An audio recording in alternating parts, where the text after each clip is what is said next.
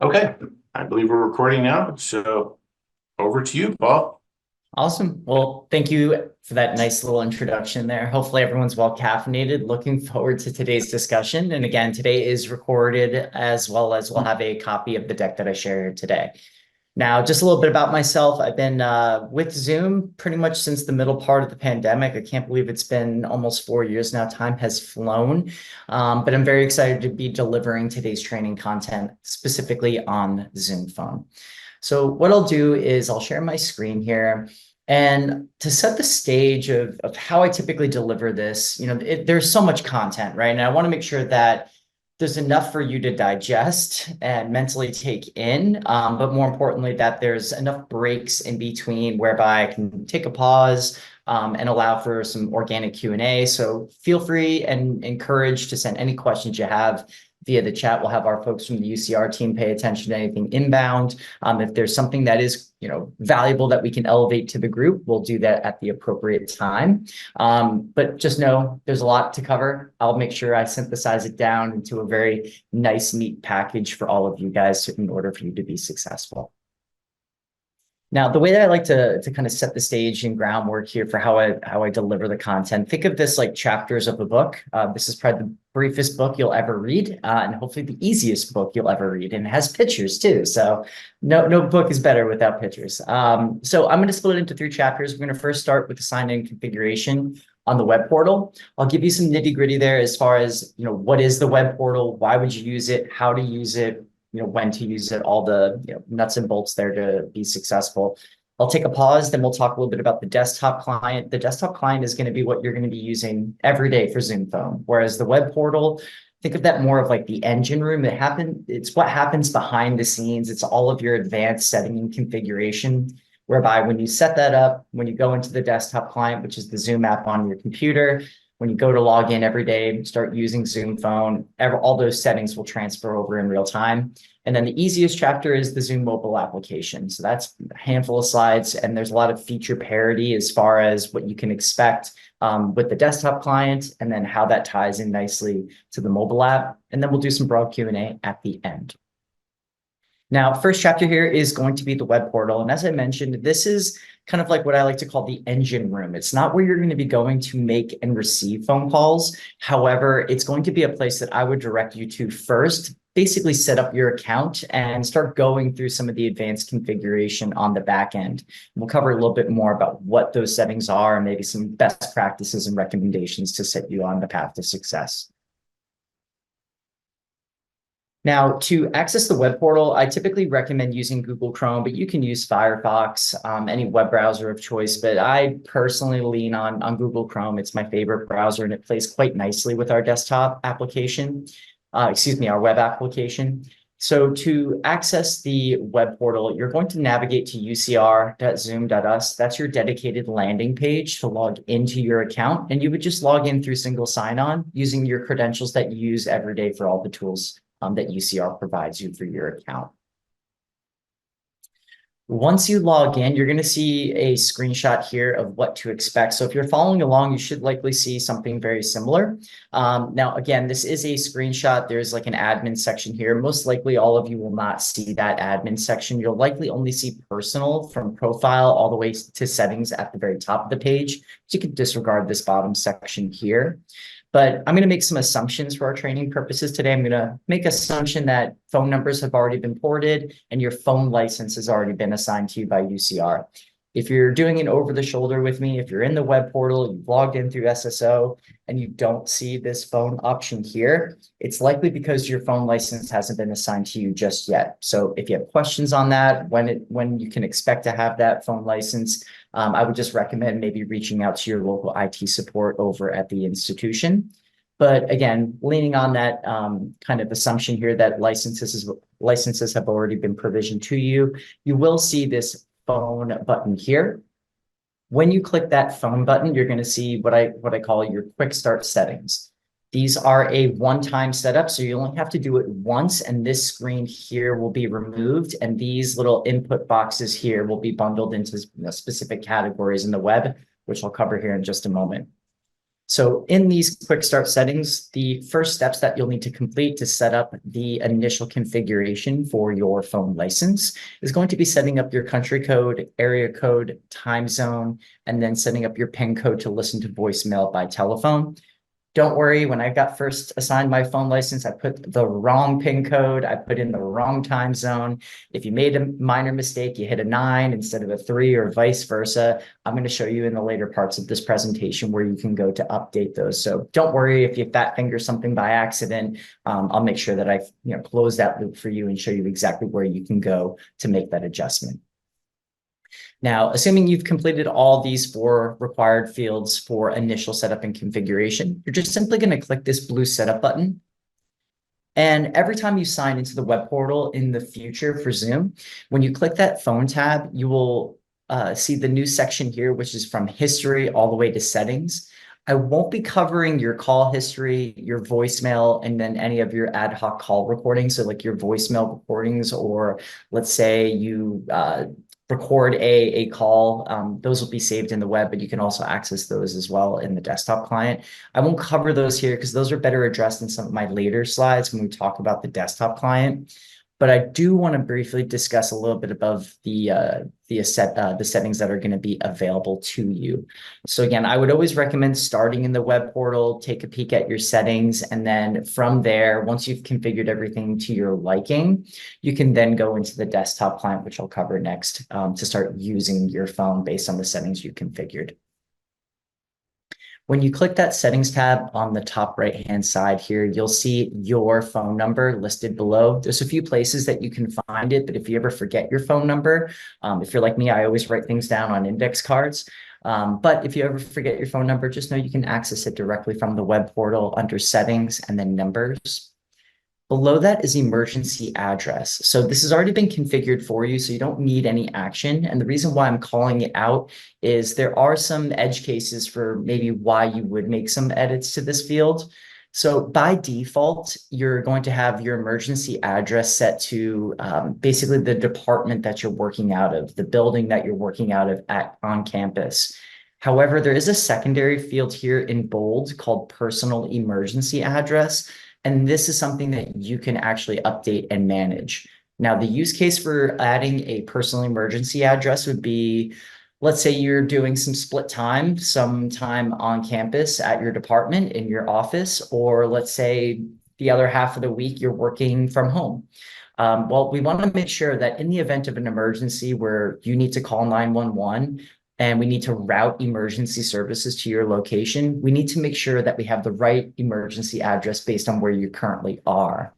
So you'll have your default at your top based on your department, your building. Again, this has already been configured for you.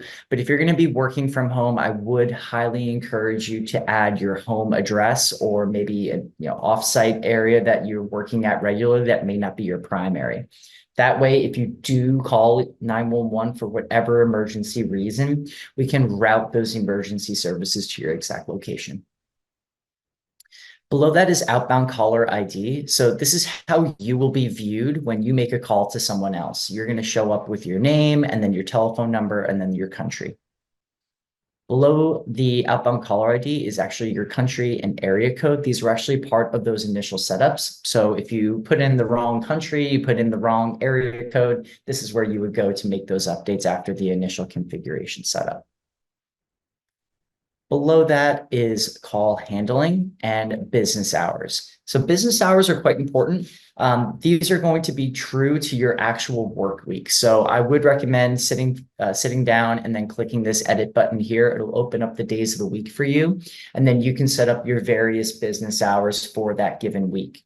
Now, that is quite important because based on those business hours, that's how people will reach you. So if you work 9 to 5 on Monday, Tuesday, Wednesday, Thursday, Friday, and someone were to call you at 5:01 p.m. outside of your business hours, we have some logic here that I'll showcase in just a moment of how that call will be addressed when you're not in your business hours, not actively manning your phone.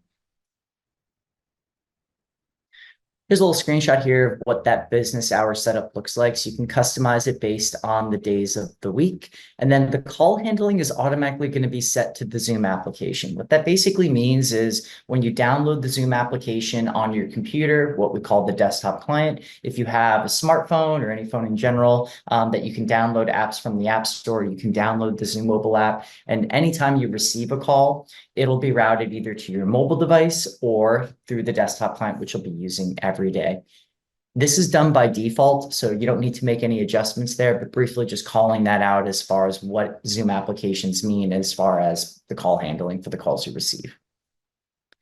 You can set your call handling ring mode, and then below that, I do want to talk a little bit about max wait time. Max wait time basically means how long do you want someone waiting for you to pick up when they're trying to reach you.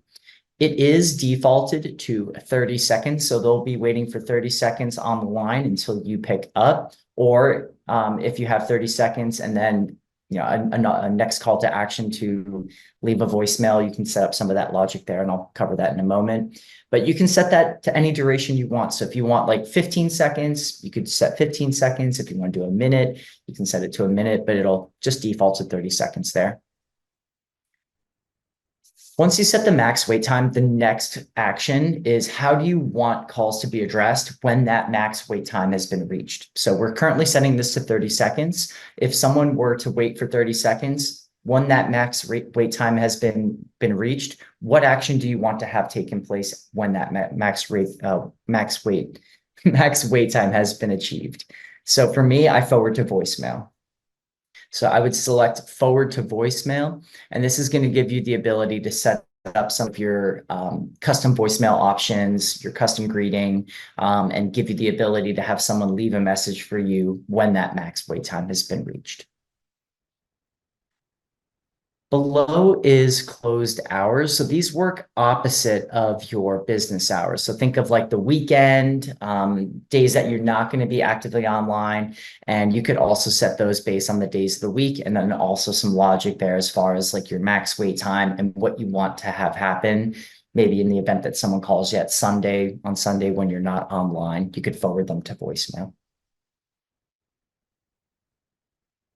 In the background here, you'll see the call handling and then business hours. I do want to show like where you can go to set your custom voicemail greeting. So in the background, we covered max wait time. We covered, well, when the max wait time has been reached, what action do we want to have happen next? And that's going to be forward to voicemail. Once you select that forward to voicemail drop-down option, you'll see a new field titled voicemail greeting. And then you can choose from some of our options. We have a very like default one, like you've reached such and such number, and it gives you like the numeric number for your assigned number. But adjacent to that is this blue clickable link. We call it the audio library.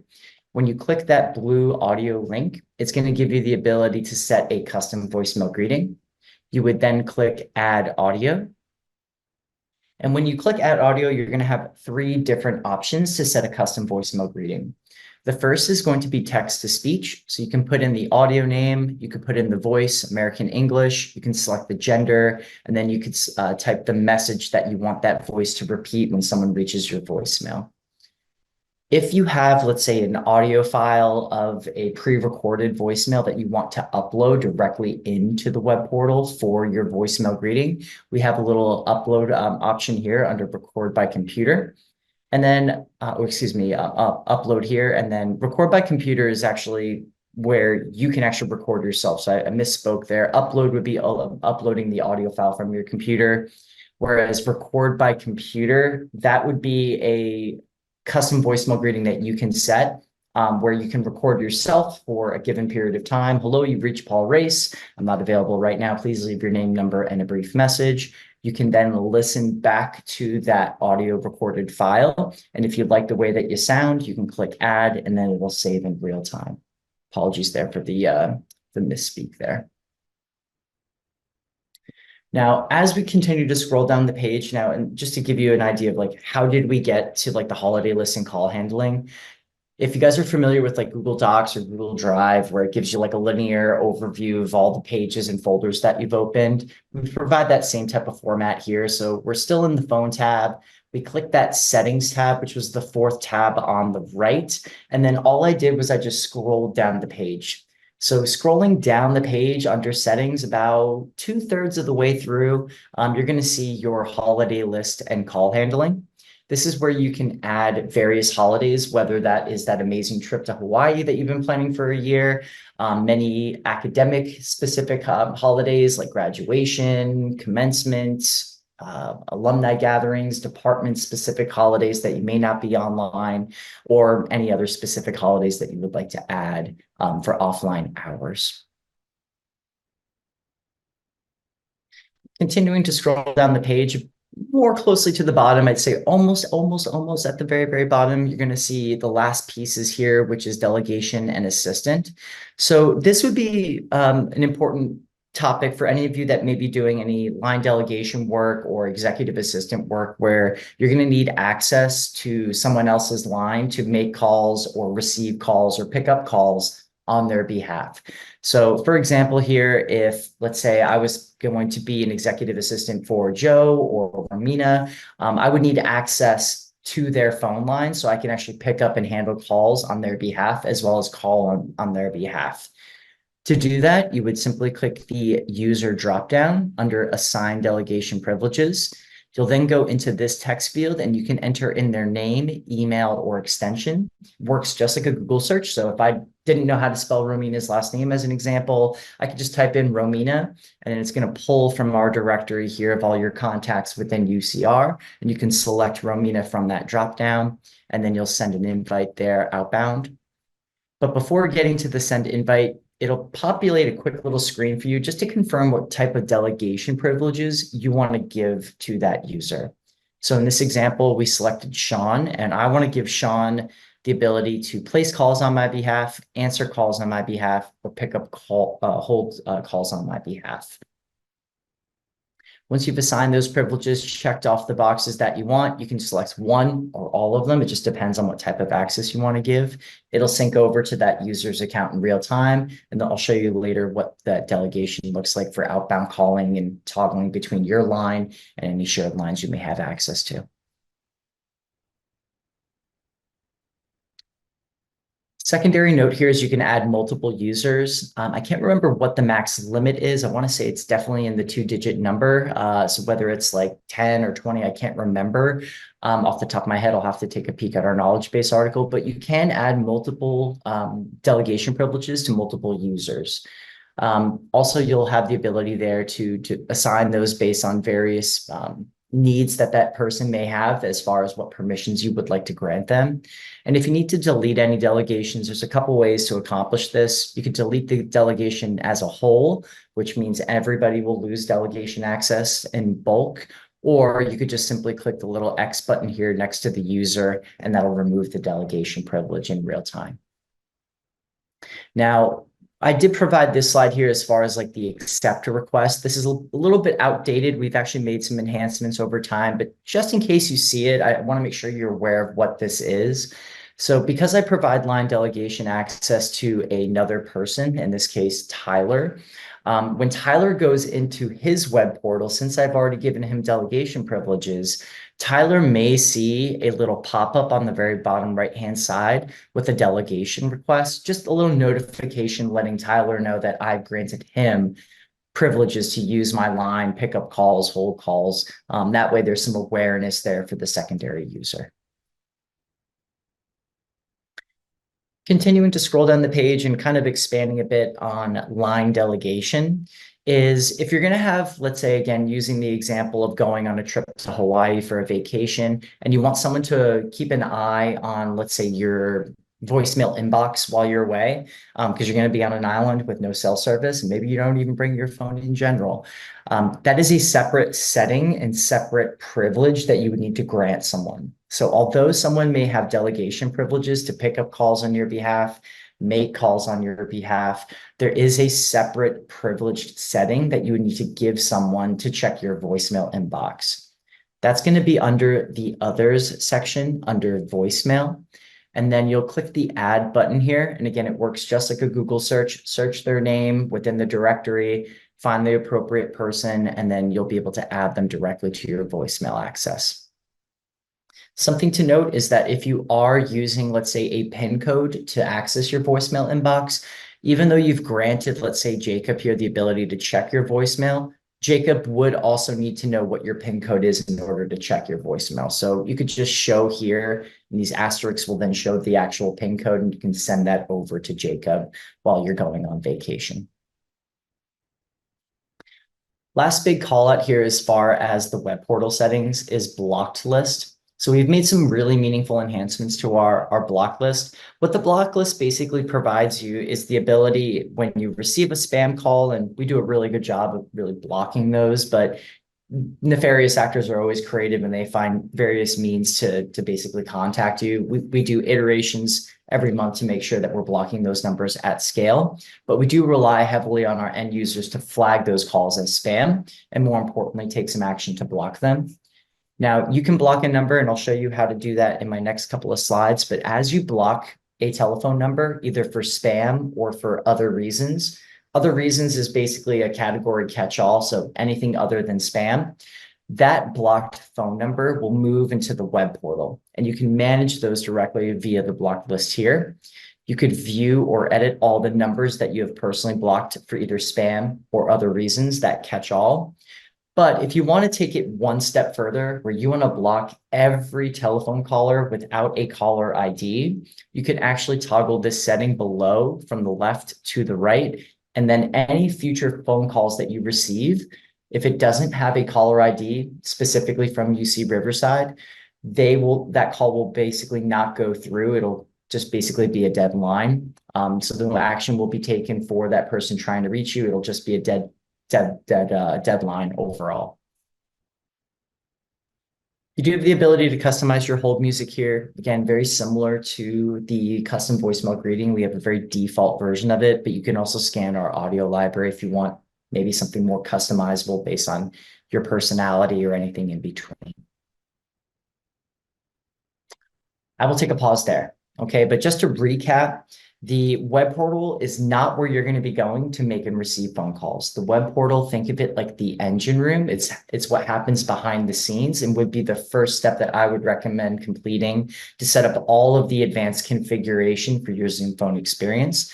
Those would include your country code, telephone access by PIN code for voicemail, your area code, your business hours, closed hours, voicemail greeting, maybe managing your holidays. If you're going to provide delegation access to someone to make and receive phone calls on your behalf, this is where you would go to set that up in the back end.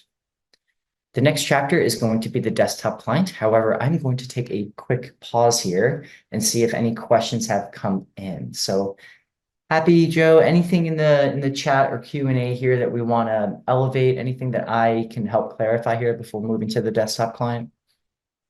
I personally think we're okay. We're answering those as they come in. So Romina's taken a few, I've taken a couple, and Sherry's taking some. So by all means, if folks have questions, put them in the QA and we'll answer them as they come up. Excellent. Thank you. Thank you. Yep. So the next chapter here is arguably the most important. It's how to use the desktop client, which is going to be the Zoom application for your computer. This is going to be what you're going to be using every day to make and receive phone calls, but it's also where you can go to join some of your meetings as well as create and invite users to existing meetings. So let's talk a little bit about the desktop client here. Like any application, in order to use it, you got to download it first. So you can download the Zoom desktop client via our landing page, which is zoom.us/download. And you're going to look for the Zoom client for meetings. We oftentimes get like tons of questions on that, like, hey, I have a Zoom phone, but like the desktop client says for meetings, is that the same thing? And it is. So the desktop client is traditionally our bread and butter for meetings, but since we've expanded in the telephony zone, we do provide that as an additional option up at the top here. It's a phone button. So you are in the right place if you see it for meetings. You're simply going to download, and then you're going to log in through single sign-on, which would be your UCR credentials that you use every day.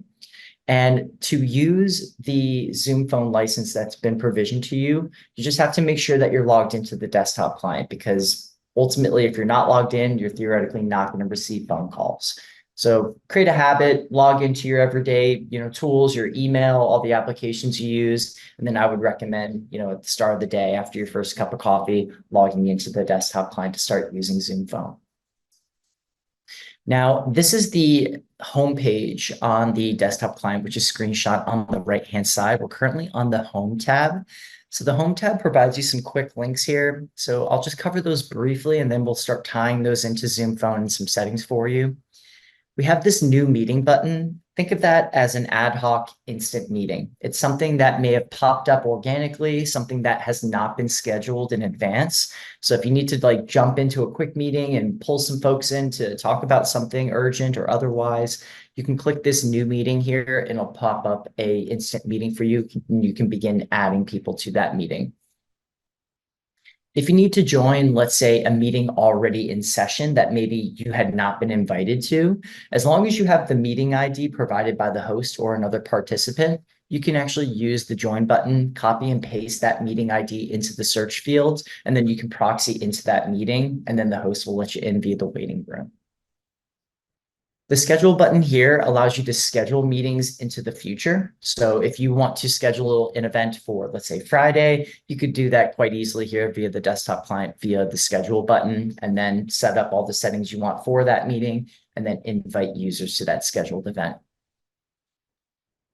On the right-hand side is a date and timestamp here for the current day, current time. And then based on the day there, anything that's been already scheduled to your calendar via the desktop client, as far as meetings for that day, they'll all pop up here and you can actually join directly from the desktop client. On the top right-hand side is your profile icon, and then this green circle here is what we call one of our statuses. I'll kind of go pretty deep on some of those statuses. You're probably already piecing those together as far as what they mean, but I'll kind of give you an overview of what those are and what you can expect when using the desktop client. But below that is this little settings gear. When you click that settings gear, it's going to open up a little drop-down menu here for you. And it does provide some additional options within the desktop client itself. So the first part I'd like to call out is going to be your user email. You'll be listed at the top. We'll skip over this settings section here because I will cover that in just a moment.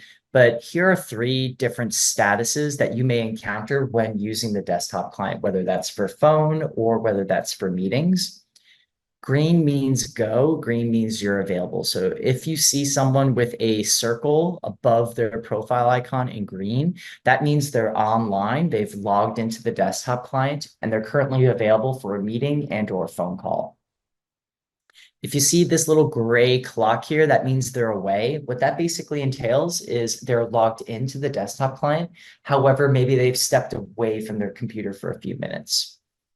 The final status that you'll most likely encounter is do not disturb. This is by far my favorite setting of all time because I'm always on Zoom meetings and I'm always on phone calls. So when I need a break, I need to go hug my daughter, my little 8-month-old that I've got in the other room, or let's say I need some quiet time, lunchtime, I can actually click the setting drop down here, navigate to do not disturb, click the right arrow here, and I can set an interval of time that I would like to mute all notifications from Zoom. Those can be phone calls, meeting invites, messages, basically anything that's tied to Zoom. You could just mute those in the background. When you're done, maybe eating lunch or otherwise, you can go back into the desktop client, and then you'll be able to see maybe some missing actions here, whether those are messages. You'll have like a red bubble here for any phone missed calls or voicemails, meeting requests, basically anything you may have missed while you were away. Now, I do want to briefly touch on this settings gear here.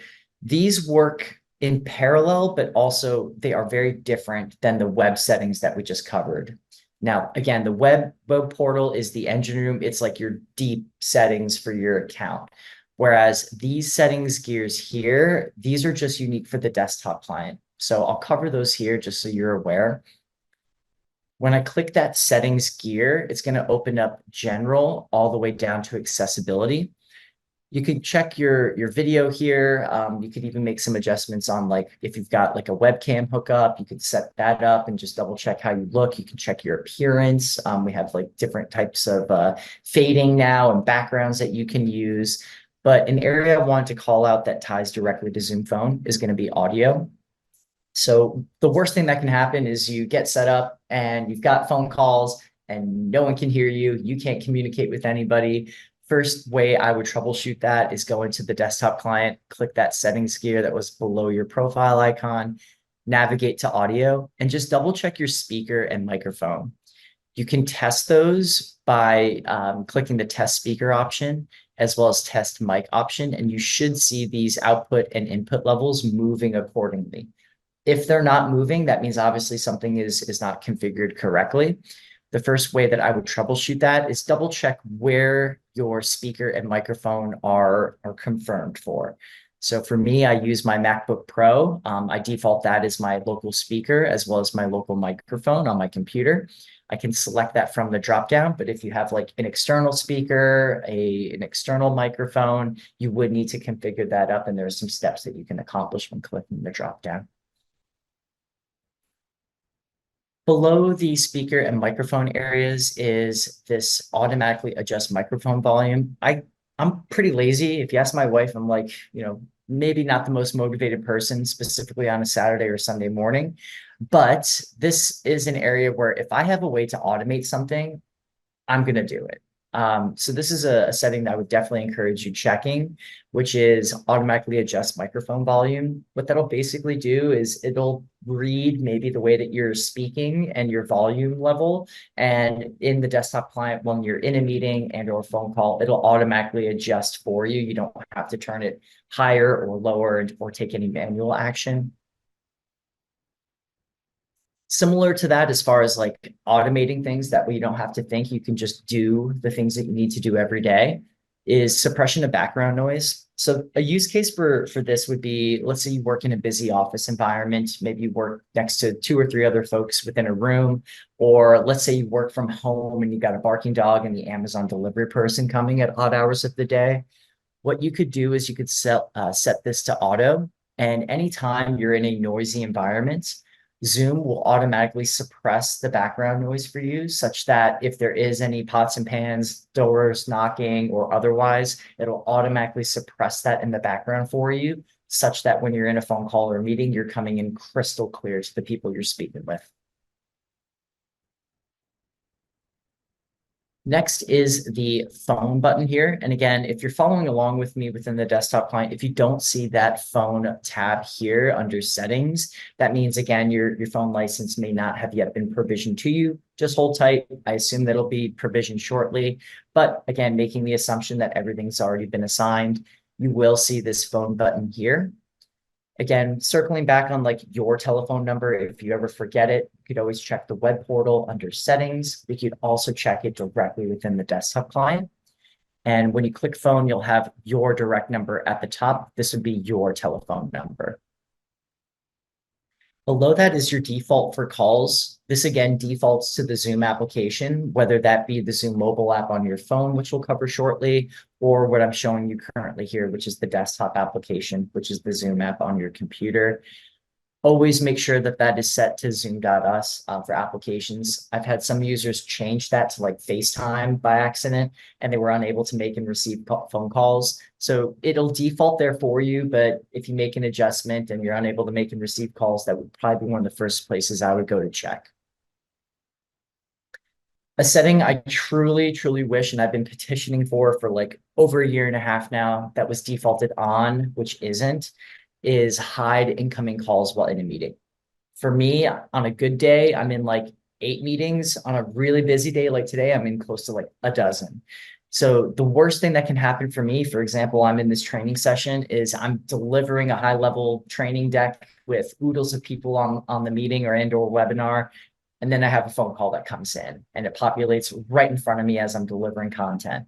So I have this enabled on my account. I would highly encourage you to enable it on your account. What this will do is when you're in a meeting and or webinar, whether you're the host or participant, if someone were to try to call you, that phone call will automatically be muted and pushed into the background. You won't even see that phone call coming in.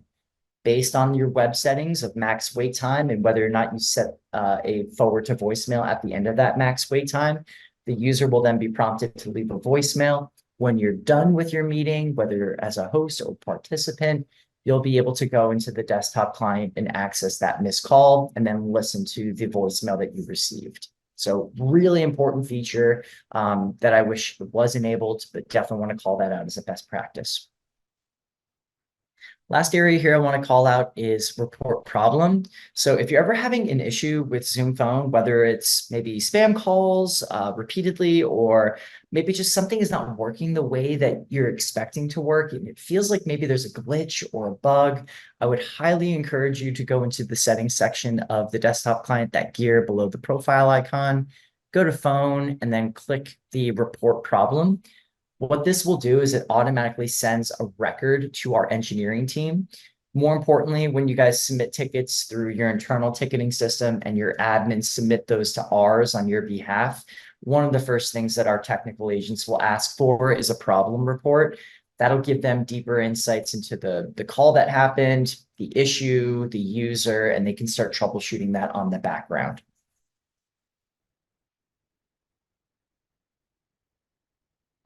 Yes, another important section here under phone, location permission.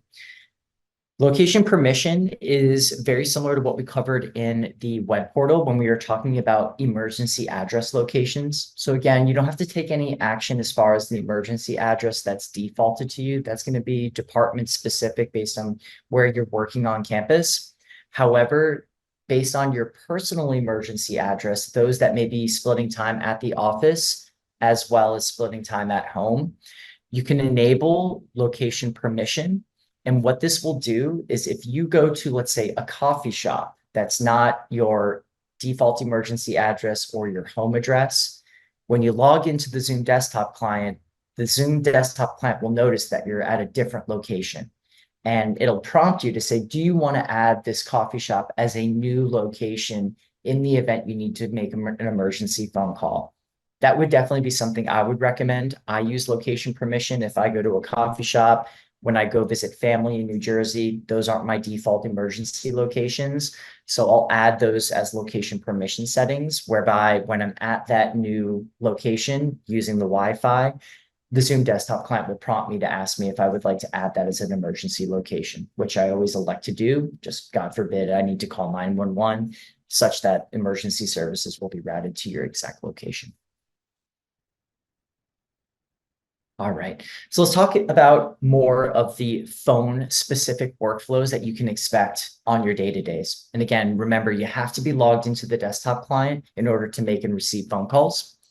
When you were logged into the desktop client, we covered the home tab there. We covered the settings gear, which was below the profile icon. And then again, the phone button here will be provided to you, assuming that your phone number has been assigned to you. Once your phone number has been assigned to you, you'll have access to this phone button, and you'll have these 4 tabs here located on the left-hand side. The first is going to be history. So this will be your call history for everything inbound as well as outbound and any missed calls that you may have had. Missed calls will be displayed in red, and then any inbound, outbound calls will be in bold black.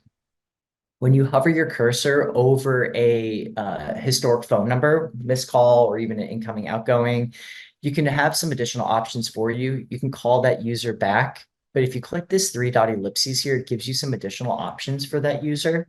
You can create them as a contact. You can copy their phone number. You can block this number for, again, spam or what we call other reasons, which is just a catch-all. You can delete that call entry, or you can clear your entire call history for the whole given queue. Below the history tab, you'll see all history and this down caret here. You could use the call history, excuse me. You could click that all history drop down, like the little down caret here, and you can actually filter your history as well to maybe most recent. If you want maybe a view where it's only inbound first, you can filter that view based on how you want the experience to fit your needs. On the right-hand side is the dial pad. So what is unique about Zoom Phone is you don't have to memorize anybody's phone number anymore. So you just need to type in their name, and it works, again, just like a Google search. So if I didn't know how to spell Joe's last name, I could just type in Joe and then start typing TR, what comes from memory. And then Joe will pop up in my directory there as a contact, and I can click Joe to make an outbound call. You could also use the dial pad here to manually dial out if you've got an absolute whiz of a brain and you remember numbers very well. But just know, again, you have that little shortcut there, either first or last name, to search for a contact and dial outbound. Below is caller ID. So this is going to always default to your telephone number. And that's going to be the caller ID that's going to be sent out to the person that you're making a call to. But just know that your first and last name will also be listed when you're calling from UCR contact to UCR contact. Next is the voicemail tab. So anytime you receive a missed call and or voicemail, Zoom is going to basically tap you in 3 different ways. And what I mean by that is you're going to have a little red circle icon, very similar to chat here. So we have the number 34 in red. You'll have a similar little red circular bubble above phone with a number to give you a little awareness as far as a missed action that had taken place. When you have that red bubble with the number by phone, you'll also have another red bubble with the number by voicemail, as well as history, letting you know a missing action had taken place in one of those areas. When you click the voicemail tab here, you'll have the user's name, date and timestamp, the transcription of the voicemail sandwiched in between, the ability to call back. You can click and hold to fast forward or rewind. And if you click this 3-dot ellipses here, it gives you some additional options for that user. So if I didn't know who like Tyler was, I know UCR is quite a big institution. If you didn't know who Tyler was, you want to know like what department he may be from, or maybe like what is Tyler's email, you could actually look at his profile and get more insights as far as who they are. You can copy the number. You can open the voicemail file. You can save it to your computer, show it in your computer's Finder folder. You could delete the voicemail, or you could delete all your voicemails. So that'll be the first way that we tap you, is directly within the desktop client itself by giving you a notification. The second piece is going to be a little notification above voicemail, but you'll also receive an email letting you know a voicemail had been received, and the ability to listen to that voicemail directly within your email as well. So we reach you in the desktop client, and then we also reach you via your inbox as well. So 2 places that will drive your attention to make sure you can take the appropriate action. The next tab is the lines tab. So this would correlate to your personal line at the top. This is where you can find also your shared lines. So think again to the web portal when we were talking about line delegation and assistance. Any line that has been delegated to you will show up here. So for example, I've got access to call out using Tyler's telephone number because it gave me those delegation privileges via the web. And if I take 1 step back, under caller ID, this will be my number here at the bottom. But if I wanted to use Tyler's phone number to call out on behalf of Tyler, I would just click this little down caret here, and it's going to open up the caller ID window. And since I have Tyler as a shared line, I can toggle between my direct number for outbound calling or Tyler's phone number for outbound calling. All right, let's take a brief pause here before I start talking about active call walkthrough. So what can you expect when an inbound call comes, and how do you do a call transfer, put them on hold, put them on park? Joe, Happy, anything that's come in the Q&A that we'd like to elevate here for shared knowledge? I think we're good. Everything's been answered again so far. So just a quick time check. We do have 11 minutes left. So Awesome. let's keep that in mind. So I think we're ready to go. Thank you. Perfect. Yep. We're like 80% done, guys. So we really appreciate everyone's engagement. So active call walkthroughs, what can you expect when a active call comes in? So you'll have a little pop-up display here when you're logged into the desktop client with the user's name and telephone number, and it's going to give you a blue accept or red decline for that incoming call. We're going to accept this call from Barker. When I accept that call, it's going to move that call directly within the lines tab here, and it's going to show that I'm on a telephone call. You'll also notice on the top right-hand side, we're talking about like statuses, right? Green means go, so I'm available for a phone call and or a meeting. Because I'm on a telephone call, that status icon will automatically change to a red phone icon, which will let other people know that you're actively in a phone call. Just a quick call out there. When you are in that active call, you'll have the number at the top. You can mute, you can use the dial pad, you can elevate this to speaker. You can click the add call button, and I'll circle back on that one in a second. You can put this person on hold. You can do what is called call transfer. So I can transfer this user to another person in my department or otherwise. We could do record ad hoc call recording. I don't believe, Joe, you can keep me on track here. We scoped ad hoc call recording yet for UCR? Not yet, no. Okay. So something to know in the future is you will maybe potentially have the ability to do recordings of phone calls. So if someone comes in, you can record that phone call and it'll save as a cloud recorded file. Currently not scoped for this deploy. Some more to come on that in the future. You also have the ability to elevate a phone call to a meeting. So as long as the person that you're speaking to is a Zoom user at UCR, if you're talking on the phone about something really complicated, like numbers on a spreadsheet, and you're like, hey, Joe, listen, I may not be doing a good enough job explaining this to you. Would you mind if I showed you what I mean? And you can elevate that phone call directly into a meeting, and both users will pass into that new meeting. Three dot ellipses here allows for additional options. You can place a call on park, which means you can place the call on hold for another user to pick up. You can invite that user to a meeting, or you can minimize the size of your call. So if this is too big for you, you can shrink the size and manipulate it a bit. Now, I do want to stick on add call here. So something to note is that you can always elevate a phone call to a meeting so long as the secondary person is a Zoom phone user or just a Zoom user overall. You can add up to 3 people to a call. And when you add a 4th person to a call, it's going to automatically elevate that call to a meeting. So just something to note, if you're speaking with quite a few people, you add a 4th person in, all of a sudden it changes to a meeting. Don't be surprised, that's baked in logic. Here's how to add a person to a phone call. So I'm on the phone here with area code 408. I'm going to click add call. I would like to add a particular person. So I just simply type in the name of the person I want to have added. In this case, I'll have Marie here. And this is what that little kind of Google search, if you will, of a contact directory looks like. I just type in Marie's name. It'll pull up everyone that fits that entry and I can find the appropriate Marie. I'm also noticing she's got a green circle here, which means she's available for a meeting and or a phone call. I'll click Marie. 408 here will be on hold. I'll call Marie. Marie will pick up and say, yes, I would love to be brought into that existing call that you have. Paul, thank you very much. I would then merge the calls between Marie and area code 408, who's on hold. And then when I go back into the lines tab, I'll see Marie, area code 408, and the calls merged. Let's do a quick call transfer here. So I'm currently on the phone with David, and I'd like to transfer David to someone else, whether in my department or otherwise. I would click the transfer option. I'll transfer to the name or number. So again, operates like a Google search. First or last name will suffice. In this case, I want to transfer him to Sally. So I'll click Sally here. Now, 3 different ways to transfer someone to another user. The first is called a warm transfer, which means you're going to speak to that secondary person before transferring the person on hold to them. You could do a blind transfer, which means I can put someone on hold, say, hey, I'm going to transfer you over to call recipient number 2, and then I'll just transfer them directly over to that person without any middle part of that transfer.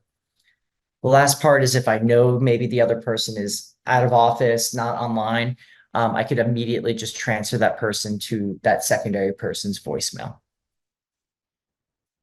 In this case, I'd like to transfer Tyler and area code 408 together. So it'll sync up, and then I would just simply click complete transfer, and then the action will be completed. So we'll see a transfer success there from 408 to Tyler. Do want to call this up here as well. So this is a little screenshot of anything that may happen as far as leveraging the necessity to block a phone call for whatever reason. So when you click that 3 dot ellipses, you can block a caller for spam calls and, like I mentioned, other reasons, and those are all directly managed within the web portal. All right, I'm going to breeze through these because I know we're short on time, but this is the easiest part. Mobile application. So it's the Zoom application available via your Apple Store or Google Play Store. Just type in Zoom, you'll see our little video conferencing icon there, and that'll let you know that you're in the right place. You would download that mobile app. You will sign in through single sign-on. Your credentials that you use at UCR every day, and then you'll have access to the mobile application on your phone. This is what it'll look like. So you'll have your phone tab at the bottom. When you click that phone tab, you'll have the history, voicemail, lines, and SMS at the top. You'll have your keypad here to dial outbound. When you click that little down caret, you can filter your call history view. Three dot ellipses here allows you for additional call options, whether that's a call back, copy number, view their profile to get more details on who they are. Voicemail tab here again looks identical to what you'll experience in the desktop client. That's by design. We want to make it very familiar for you. So you'll have the user's name, date, and timestamp. Transcription of the voicemail will be sandwiched in the middle. And again, you'll receive an email of that voicemail as well. Lines tab is your line and any shared lines that you're going to be a part of or any line delegation access that has been provided to you. Clicking that keypad, which is located on the top left-hand side here, you could dial outbound. You could change your caller ID if you have maybe a secondary line or line delegation access. And this little people icon here, this is how you search for a contact. So if you don't know the person's number, you can just click that little people icon, type in the user's first or last name. It'll pull from the directory. You can select that user and then call outbound. When clicking that down caret on the bottom for caller ID, it's going to expand the caller ID window. You'll be able to toggle between your line and any shared lines or line delegation privileges that have been provided to you. I will skip over these, but just know as part of the follow-up, there are oodles of support articles out there for you, as well as dedicated landing pages there for you to go through what we call our quick start guides. We have a new landing page here, very similar to google.com, where you can actually search all things Zoom. So if you have a question on how to set up your voicemail, whatever the case may be, messages, setting up maybe your closed hours, your working hours, all of that can be found by simply just typing in the keyword, and then it'll pull from our knowledge-based repository.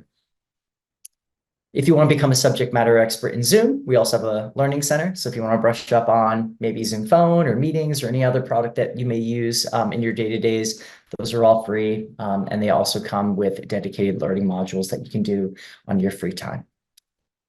And that is all. So I'll take a pause there, unshare. Joe, I know that we're close on time, but I'm happy to stay on for a few minutes more if there are some additional questions that have come in that need to be addressed.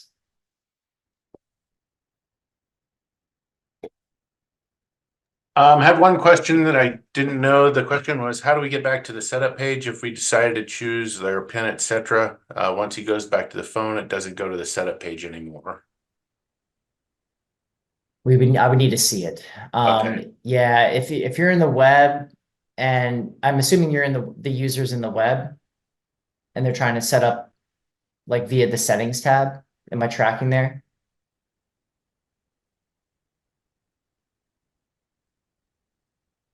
Okay.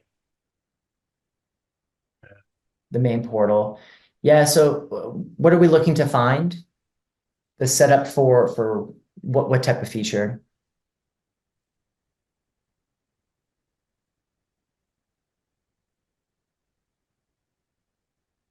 Change pin. So that'll be pin code. So if you scroll all the way down to the very bottom of the page, there's going to be a others tab. So literally at the very, very bottom, you'll see a field titled pin code.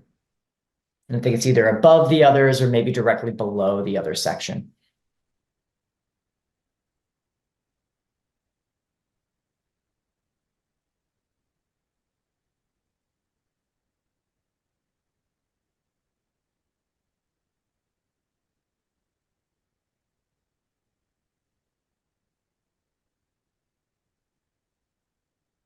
Right. We have another question from Sean. I've seen SMS options. Can we text to or from our office numbers? Joe, would that be a question best addressed by UC Riverside admins? as far as SMS texting functionality? Yes, I don't believe we've opened up full SMS yet to everyone. No, we have not. All right, well. Thank you all. I know we've got some open questions here. We do have a couple folks, including myself, that have to drop, so we'll get answers out to these. We do have additional correspondence as noted, resources available, and if all else fails, we do have an email address that goes to Sherry, myself, and her team. That way you can go ahead and log a question and we'll get back to you on that. So appreciate everyone's time this morning. Thank you very much, Paul and Romina from the Zoom team, and Sherry and Happy from the UCR ITS team. And of course, again, thank you all for taking an hour out of your day to learn a little bit more about Zoom Phone. Awesome. Thanks, everyone. All right. Thank you very much.